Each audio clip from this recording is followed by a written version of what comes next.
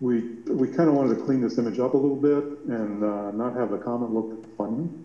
So there's no hocus pocus here really, because of course the comet doesn't really look like what I'm showing right now, right? You know, there's nothing kind of constructed about this image. The comet was right there. There's no hocus pocus here really, because of course the comet doesn't really look like what I'm showing right now, right? Because of course the comet doesn't really look like what I'm showing right now, right? Looks like what you'd expect perhaps a comet to look, just not very, just blurry. But then when you darken it 3 times, 1, 2, 3, you get this image which looks eerily like a spacecraft or a non-natural image. And strangely enough, guess what? Look what it says here. Why does this image look strange? Now this is new. Here they have a long explanation as to what they did and why they did it. The Hubble telescope, the comet of the century, they can't afford it. It's 5 frames. And then he had I'll let him talk about, you know, he had the equally tough task of, you know, combining the images, the color filters so that we'd have colorful stars and galaxies, but then in a sense removing the comet, but then putting the comet that you see back, you know, here back into the image. But there's no hocus pocus here really. I mean, as you see this right here, no hocus pocus. Hubble image of Comet ISON against a deep background of stars and galaxies. So, you know, there's nothing kind of constructed about this image. The comet was right there, and yes, we cleaned out artifacts and cosmic rays, and also, in a sense, chose just one position of the comet instead of putting all 5, because of course, the comet doesn't really look like what I'm showing right now, right? Because of course, the comet doesn't really look like what I'm showing right now, right?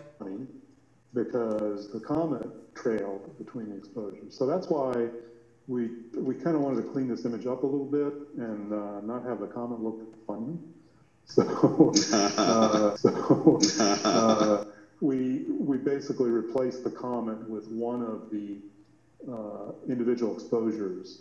And the comet is gray anyway. There's no real color in the color information in the comet. I mean, the comet it has no color to it.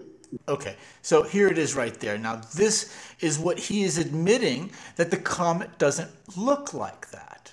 Okay, so let's just say that they're telling the truth about this parallax, which I already explained why I do not believe that, because of their over-explanation. First of all, when somebody, it's known that a liar will use more words than somebody who's telling the truth.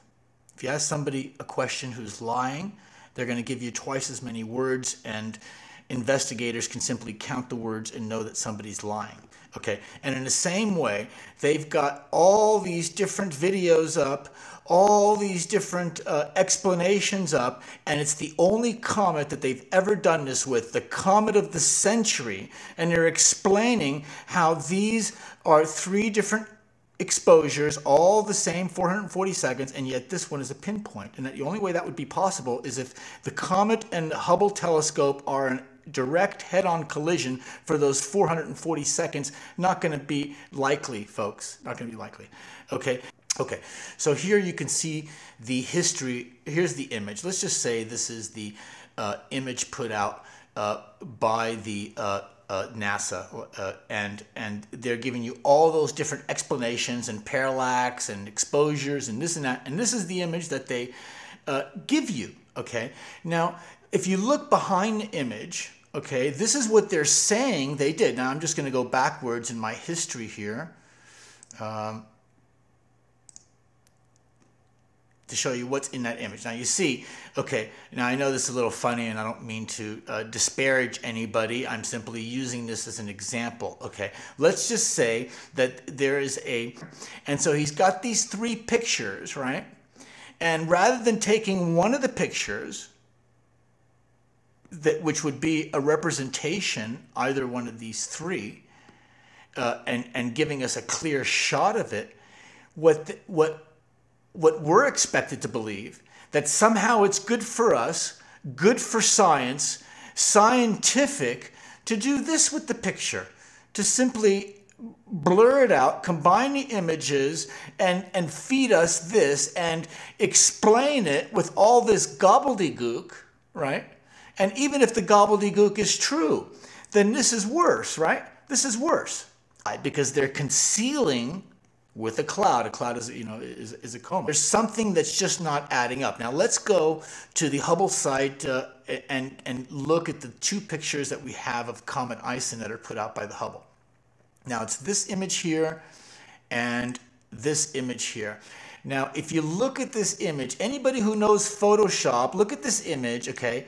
Look at this blur, this perfectly round radial blur. Okay, now I'm not a Photoshop expert, but I know Photoshop experts can duplicate this blur. It's unnatural. There is no way that the comet is symmetrically glowing this perfect circle blur out of it. And if you look at this forward jetting, right, comets are supposed to be spinning, right? And if it's spinning, how is it going to have a jet symmetrically going in one direction all at the same time? That doesn't make much sense either. It would look perhaps different, and I don't believe this is a natural circle here. This is created by Photoshop. Now, and so there's something weird going on. I'm not making any claims about anything other than this, that the images put out of Comet ISON, of the parallax image, is spurious. Their methods are non-scientific if they're telling the truth.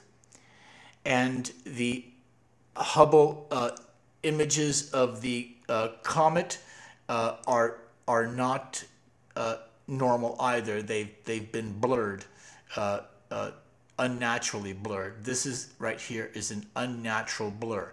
You see, this looks somewhat normal.